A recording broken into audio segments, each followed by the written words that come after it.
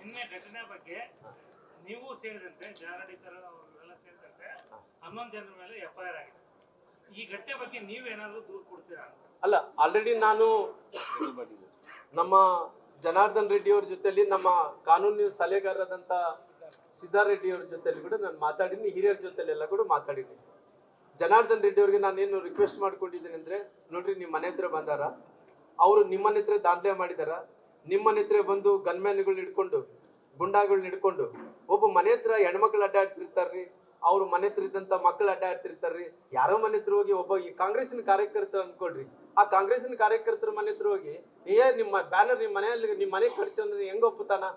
ಒಬ್ಬ ಶಾಸಕರ್ರಿ, ಅವರು ಬ್ಯಾನರ್ ಕಟ್ಟಂತ ವಿಚಾರದಲ್ಲಿ ಹಿಂಗೆಲ್ಲ ಬಂದು ಗುಂಡಾಗಳನ್ನ ಹಿಡ್ಕೊಂಡು ರೌಡಿಸಮ್ ಮಾಡೋದ್ರಿಂದ ಆಲ್ರೆಡಿ ನಿಮ್ಮ ಮನೆಗೆ ತೊಂದರೆ ಮಾಡಿದ್ದಾರೆ ಅನ್ನೋಂಥದ್ದು ವಿನಂತಿಯನ್ನು ನಾನು ಜನಾರ್ದನ್ ರೆಡ್ಡಿ ಹತ್ರ ಕೂಡ ಚರ್ಚೆ ಮಾಡಿದ್ದೀನಿ.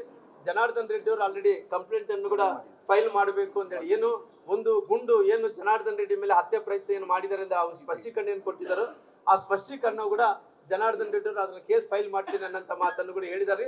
ನಾನೇನು ಹೇಳ್ತಾ ಇದ್ದೀನಿ, ಅವರು ಏನೇ ಕೇಸ್ ಮಾಡಿರ್ಲಿ, ನಮ್ಮ ಕಡೆಯಿಂದ ಯಾವುದು ಕೂಡ ಸಿಂಗಲ್ ಅಜೆಂಡಾ ಸಿಂಗಲ್ ಪಾಯಿಂಟ್ ನಮ್ಮ ಕಡೆಯಿಂದ ಒಂದು ತಪ್ಪು ನಡೆದಿಲ್ಲ. ವೆರಿ ಕ್ಲಿಯರ್ ಆಗಿ ಹೇಳ್ತೀವಿ. ಅವ್ರು ಮಾಡ್ಕೊಂಡಿರೋ ಅವ್ರ ತಪ್ಪಿನಿಂದನೇ ಆ ಹುಡುಗ ತೀರ್ಕೊಂಡೋಗಿದಾರ. ಬೇಕಾದ್ರೆ ಇವತ್ತು ಶಾಸಕರ ಆವೇಶದಲ್ಲಿದ್ದಾನ, ಅವರು ಕೋಪದಲ್ಲಿದ್ದಾರೆ. ನನ್ನ ಶಾಸಕ, ನನ್ನ ಸರ್ಕಾರ, ಮುಖ್ಯಮಂತ್ರಿಗಳು ಅದ ಪ್ಲಾನು ಫೇಲ್ ಆದಂತ ಟೈಮಲ್ಲಿ ಅವ್ರು ಏನ್ ಅಂದ್ಕೊಂತ ಇದಾರೆ, ನಮ್ ಕೊರ್ಲಿ ಕಟ್ಟಬೇಕು. ಬೇಡ, ಆವೇಶ ಬೇಡ. ಇದರಲ್ಲಿ ವೆರಿ ಕ್ಲಿಯರ್ ಇಲ್ಲ, ಆವೇಶ ಬೇಡ.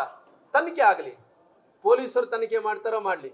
ಆ ಬುಲೆಟ್ ಅಲ್ಲಿ ಯಾರು ಬುಲೆಟ್ ಅಲ್ಲಿ ಇದೆ, ಅವರು ಯಾರು ದೇಹದಲ್ಲಿದೆ ಆ ಬುಲೆಟ್ ಅನ್ನ ತಗೊಂಡು ನೋಡ್ಲಿ. ಆ ಬುಲೆಟ್ ತೆಗೆದು ನಮ್ ಕಡೆ ಇದ್ದಂತ ಪೊಲೀಸರು ಆಲ್ರೆಡಿ ಚೆಕ್ ಮಾಡ್ಕೊಂಡು ಹೋಗಿದ್ದಾರೆ. ಯಾರ್ಯಾರು ಪೊಲೀಸರು ಇದ್ರು ಎಲ್ಲ ಗನ್ನುಗಳೆಲ್ಲ ನೋಡ್ಕೊಂಡು ಚೆಕ್ ಮಾಡ್ಕೊಂಡು ಪೊಲೀಸರು ಹ್ಯಾಂಡ್ ಓವರ್ ಮಾಡ್ಕೊಂಡು ಹೋಗ್ಯಾರ. ಅವ್ರೆಲ್ಲ ಕೂಡ ಎಂಕ್ವೈರಿ ಮಾಡ್ಲಿ.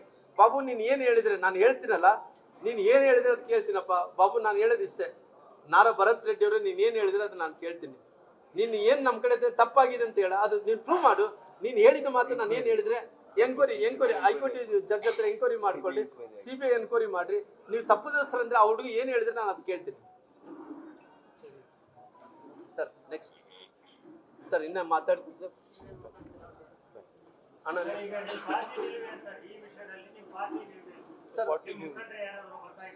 ನೋಡ್ರಿ ನೋಡ್ರಿ ನೋಡ್ರಿ ನಮ್ಮ ನಾನು ನಿನ್ನೆಯಿಂದ ಕೂಡ ಸತತವಾಗಿ ನಮ್ಮೆಲ್ಲ ನಾಯಕರ ಜೊತೆಲಿ ಮಾತಾಡ್ತಾ ಇದ್ದೀನಿ. ನಮ್ಮ ನಾಯಕರು ಸನ್ಮಾನ್ಯ ರಾಜ್ಯಾಧ್ಯಕ್ಷರಾದಂಥ ವಿಜೇಂದ್ರ ಅವರು, ನಂತರ ವಿರೋಧ ಪಕ್ಷದ ನಾಯಕರಾದಂಥ ಜನಾರ್ದನ್ ರೆಡ್ಡಿ ಅವರು, ವಿರೋಧ ಪಕ್ಷದ ನಾಯಕರಾದಂಥ ಅಶೋಕ್ ಅವ್ರ ಜೋಡಿ ಕೂಡ ಮಾತಾಡಿದಾರೇನಪ್ಪ, ಅಶೋಕ್ ಅವ್ರ ಜೊತೆಲಿ ಮಾತಾಡಿದಾರ. ಇವರು ಸೋಮಶೇಖರ್ ರೆಡ್ಡಿ ಅವರು ಕೂಡ ಮಾತಾಡಿ, ನಾನು ಮಾತಾಡಿಲ್ಲ. ನಾನು ಮಾತಾಡಿದ್ದು ವಿಜೇಂದ್ರ ಅಧ್ಯಕ್ಷರ ಜೊತೆಯಲ್ಲಿಂದೇ ಮಾತಾಡಿದ್ದೀನಿ. ಮತ್ತೆ ಪುನಃ ನಾನು ಬೇರೆಯವ್ರ ನಮ್ಮ ಮುಖಂಡರಿಗೆಲ್ಲ ಕೂಡ ಈ ವಿಚಾರವನ್ನು ಮುಟ್ಸಂತ ಕೆಲಸ ಮಾಡ್ತಿದ್ದೀನಿ. ನಮ್ಮ ಪಕ್ಷದ ಅಧ್ಯಕ್ಷರಾದಂಥ ವಿಜೇಂದ್ರ ಅವರು ಈ ಘಟನೆ ತಿಳಿದ ನಂತರ ನನಗೆ ಬೆಳಗ್ಗೆ ಫೋನ್ ಮಾಡಿದ್ರು. ಫೋನ್ ಮಾಡಿದ ನಂತರ ಎಲ್ಲ ವಿಚಾರಗಳನ್ನು ತಿಳಿಸಿದ್ದೀನಿ. ನಮ್ಮ ಅಧ್ಯಕ್ಷರಿಂದ ಅನಿಲ್ ಅವರು ಕೂಡ ತಿಳಿಸಿದಾರ, ಜನಾರ್ದನ್ ರೆಡ್ಡಿ ಅವರು ಎಲ್ಲ ವಿಚಾರಗಳನ್ನು ತಿಳಿಸಿದಾರ. 5 ಗಂಟೆ ಒಳಗಡೆನೆ 5 ಗಂಟೆಗೆ ರಾಜ್ಯಾಧ್ಯಕ್ಷರಿಂದ ವಿಜೇಂದ್ರ ಅವರು ಇಲ್ಲಿ ಜನಾರ್ದನ್ ರೆಡ್ಡಿ ನಿವಾಸಕ್ಕೆ ಬರ್ತಾ ಇದ್ದಾರ. 5 ಗಂಟೆಗೆ ಇನ್ನ ಸರ್ ಇವತ್ತು 5 ಗಂಟೆಗೆ ಬರ್ತಾ ಇದ್ದಾರೆ. 4 ಗಂಟೆಗೆ ಅಣ್ಣ, 4 ಗಂಟೆಗೆ 4 ಗಂಟೆಗೆ ಅಣ್ಣ, ಮತ್ತೆ 5 ಗಂಟೆಗೆ ಅಂದ್ಕೋಬೇಡ್ರಿ, 4 ಗಂಟೆಗೆ.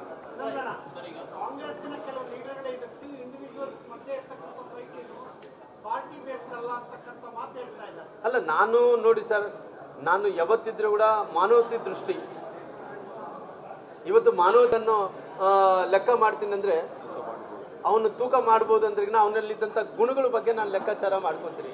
ಆ ಮಾನವತೆ ದೃಷ್ಟಿಯಿಂದ ಯಾರೇ ಏನೋ ಮಾತಾಡಲಿ, ಅವರು ಇವತ್ತು ಆಲ್ರೆಡಿ ಬಣ್ಣ ಹಚ್ಕೊಂಡ್ಬಿಟ್ಟಾರ. ಏನಂದೇಳಿ ನಮ್ಮ ಕಾರ್ಯಕರ್ತ ಅಂದೆ ಬಣ್ಣ ಹಚ್ಚಿದ ಮೇಲೆ ನಾನು ಯುವಕರಲ್ಲಿ ನಾನು ವಿನಂತಿ ಮಾಡ್ಕೊತೀನಿ, ಯಾರು ಕೂಡ ಈ ರೀತಿ ಪ್ರವೋಕ್ ಮಾಡಿದಂಥ ಟೈಮಲ್ಲಿ ಯಾರನ್ನ ಆಗಲಿ ಹೋರಾಟ ಮಾಡಬೇಕಾಗ್ಲಿ, ಜಗಳ ಮಾಡಕ್ಕೆ ಯಾರು ಬರಬಾರ್ದು. ಜಗಳ ಮಾಡಿದ್ರೆ ಅನಾಹುತಗಳಾಗೋದು, ಜಗಳ ಮಾಡಕ್ಕೆ ಬಂದಿರೋಕರನ್ನ ಈ ರೀತಿ ಅನಾಹುತ ಆಗಿರೋದು. ಅದಕ್ಕೋಸ್ಕರವಾಗಿ ಯಾರು ಕೂಡ ಈ ರೀತಿ ಪ್ರವೋಕ್ ಆಗಿ ಜಗಳಗಳು ಮಾಡಿ ಇಟ್ಕೊಂಡು ಜೀವ ಕಳ್ಕೊಳ್ಳೋದು ಬೇಡ. ಇವತ್ತು ಏನಿದೆನೋ ಅವರು ಆಲ್ರೆಡಿ ಏನು ವೈಯಕ್ತಿಕವಾದಂಥ ದ್ವೇಷ ಅಂತ ಹೇಳಿದಾರೋ, ಅವ್ರು ಇವತ್ತು ಪಾರ್ಟಿ ಬಣ್ಣ ಬಳೀತಾರೆ, ಅವ್ರು ಬಿಡಲ್ಲ. ನಾನೇನೋ ಹೇಳ್ತಾ ಇದ್ದೀನಿ, ಆ ಜನಾರ್ದನ್ ರೆಡ್ಡಿ ಅವರ ಜೊತೆಲಿ ಅವರು ಯಾರು ನಮ್ಮ ಸತೀಶ್ ರೆಡ್ಡಿ ಅವರು ಇವತ್ತೇನು ಜಗಳ ಮಾಡ್ತಾ ಇಲ್ಲ, ಭಾಳ ಸರಿ ಜಗಳ ಮಾಡೋಣ. ಎಷ್ಟು ಸರಿ ಜಗಳ ಮಾಡ್ಯಾನ ಅಂತ ಹೇಳಿದ್ರೆ ಆ ಮನುಷ್ಯ ಎಷ್ಟು ದೊಡ್ಡ ಮನುಷ್ಯ ಆಗ್ಬಿಟ್ಟಾನ ಅಂತ ಹೇಳಿದ್ರೆ ನಾವು ಸತೀಶ್ ರೆಡ್ಡಿ ಅವ್ರನ್ನ ಸಣ್ಣ ಹುಡುಗ ಅಂತ ಹೇಳ್ಕೊಂಡು ನಮಗಿಡು ಗೊತ್ತಿದ್ದಿಲ್ರಿ. ಇವತ್ತು ಅವ್ರು ಮನೆ ಕಡೆ ಹೋದ್ರಿ ರೀ, ಅಲ್ಲಿ ಇಂಡಿಯಾ ಬಾರ್ಡ್ರು ಮತ್ತು ಪಾಕಿಸ್ತಾನ ಬಾರ್ಡ್ರದಲ್ಲಿದ್ದಂಥ ಸೋಲ್ಜರ್ಸ್ನಾಗಲಿ ಅಲ್ಲಿದ್ದಂಥ ಆರ್ಮಿಯ ಸೋಲ್ಜರ್ಸ್ನಾಗಲಿ ಆ ರೀತಿ ಬಂದೂಕುಗಳು ಹಿಡ್ಕೊಂಡಿರ್ತಾರೋ ಇಲ್ಲ ಗೊತ್ತಿಲ್ಲ, ಆ ರೀತಿ ಬಂದೂಕುಗಳು ಹಿಡ್ಕೊಂಡು ಕುಂತಾರ. ಅವ್ರ ಜೊತೆಲಿ ನೋಡಿ ಸಾಕಷ್ಟು ಮಂದಿ ಬಿಹಾರ ಉತ್ತರ ಪ್ರದೇಶದ ಗನ್ಮ್ಯಾನ್ಗಳು ಹಿಡ್ಕೊಂಡು ಕುಂತಾರ್ರಿ. ಅಷ್ಟು ದೊಡ್ಡ ಮನುಷ್ಯ ಆಗ್ಯಾನ್ರಿ. ಯಾಕೆ ದೊಡ್ಡ ಮನುಷ್ಯ ಆಗ್ಯಾನ? ಜನಾರ್ದನ್ ರೆಡ್ಡಿ ಅವ್ರನ್ನ ಮಾತಾಡಿ ದೊಡ್ಡ ಮನುಷ್ಯ ಆಗ್ಯಾನ್ರಿ. ಹೋರಾಟದಿಂದ ದೊಡ್ಡ ಮನುಷ್ಯ ಆದಂತನಲ್ಲ, ಮಾತಾಡಿ ದೊಡ್ಡ ಮನುಷ್ಯ ಆಗಿರೋ ಕಾರಣ ಎಲ್ಲ ಕೂಡ ನಾನು ಹಿಂಗೆ ಮಾಡಿದ್ರೆ ದೊಡ್ಡವನು ಆಗ್ತೀನಿ, ಹಿಂಗೆ ಒಪ್ಪಲ್ಲ. ನಾವು ಬಳ್ಳಾರಿ ಜಿಲ್ಲಾ ಹೋರಾಟ ಕೆಳಮಟ್ಟದಿಂದ ಬರಬೇಕು. ಅಲ್ಲ ನಾನು ಅಲ್ರಿ ಅವ್ರು ಭರತ್ ರೆಡ್ಡಿ ಅವರು ಹಿಂಬಾಲಕರಾಗಿರೋ ಕಾರಣ ಅವ್ರು ಮಾತಾಡ್ತಾರ್ರಿ, ಬೇರೆ ಏನಿಲ್ರಿ. ಅವ್ರಿ ಅಷ್ಟು ಮಂದಿ ಗನ್ಮ್ಯಾನ್ ಇಟ್ಕೊಂಡತ್ತಾರ, ಅವ್ರ ಅದಕ್ಕೆ ಏನ್ರಿ ಅವ್ರು ಏನು ಸಂಪಾದನೆ ಮಾಡ್ತಾರ್ರಿ? ಅವ್ರೇನು MLA ಇಲ್ಲಿದ್ರೆ ನಮ್ಮ ರಾಮಲಿಂಗಪ್ಪಣ್ಣ ಹತ್ರ ಏನನ್ನ ಪ್ರಾಧಿಕಾರದ ಅಧ್ಯಕ್ಷರಾಗಿದಾರ, ಇಲ್ಲಿ ನಮ್ಮ ಜನಪ್ರತಿನಿಧಿಗಳ ಯಾರನ್ನ ಒಂದು ಜವಾಬ್ದಾರಿಯನ್ನು ಇಟ್ಕೊಂಡಂತಾರ, ಏನು ಹನುಮಂತಪ್ಪಣ್ಣ ಯಾರು ಇಲ್ಲಲ್ಲ. ಇವತ್ತು ಅಷ್ಟು ಬೆರೀತಾ ಇದಾರೆ ಅಂದ್ರೆ ಅವ್ರು ಗುಂಡಾಗಿರಿ ನಡೀತದಂತ ಕಾರಣದ ಬೇರೆ ಅಂತ ಕೆಲಸ ಮಾಡ್ತಾರೆ.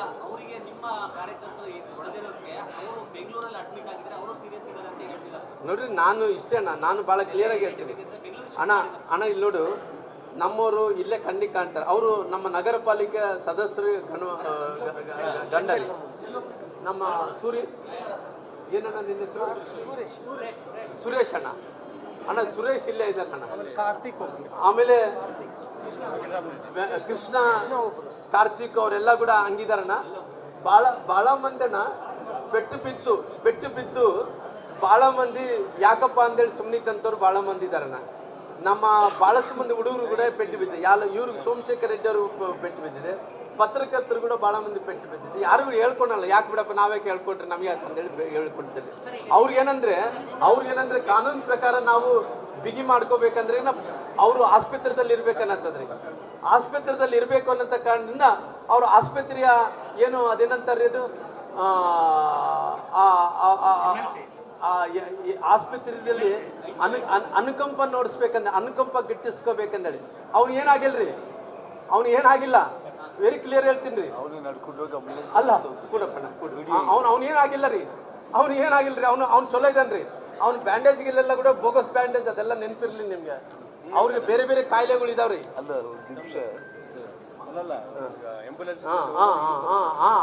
ಹಂಗ ಮಂದಿ ಇವತ್ತು ಅಧಿಕಾರದಿಂದ ನಡೆಸಲಿ, ಇಲ್ಲ ಹೋಗಲ್ಲ. ನಮ್ಮ ಹುಡುಗರಿಗೆ ಕ್ಲಿಯರ್ ಆಗಿದ್ದೀವಿ. ಆಸ್ಪತ್ರೆದಲ್ಲಿ ಕೂಡ ಹಿಡ್ಕೊಂಡಿಲ್ರಿ, ಭಾಳ ನೋವಿದ ಆಸ್ಪತ್ರೆದಲ್ಲಿ ಹಿಡ್ಕೊಂಡಿಲ್ಲ, ಹೊರಗೆ ಹಾಕಿಬಿಟ್ರಿ. ಅದನ್ನ ನಡೀತದೆ ನೋಡ್ರಿ.